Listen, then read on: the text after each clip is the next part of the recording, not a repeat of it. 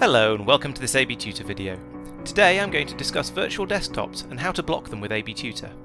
The virtual desktop feature in Windows 10 allows the user to have multiple workspaces to use with different applications on each one, switching between them whenever they want.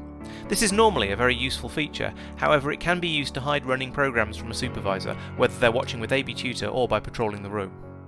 To block them, we need to create a policy.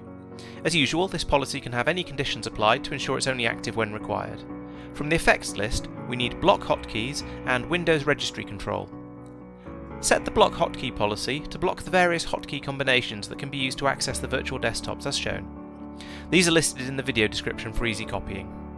Next, configure the registry control option by opening Start Menu and Taskbar and ticking Hide the Task View button. You can now continue to the final tab and set the basic policy options however you wish. This would typically be a permanent policy, not shared, and probably protected to prevent it from being removed by other console users. You can then select Finish to save your new policy. This can then be applied to devices as usual, as an All Devices policy by right-clicking on all items, as a group policy by going in through Group Properties, or to individual devices by dragging the policy onto them. The hotkey blocking will take effect immediately, however Windows only checks the registry keys on logon, so the policy will not take full effect until the next user logs onto that computer. For this reason, we recommend applying the policy when users are logged off.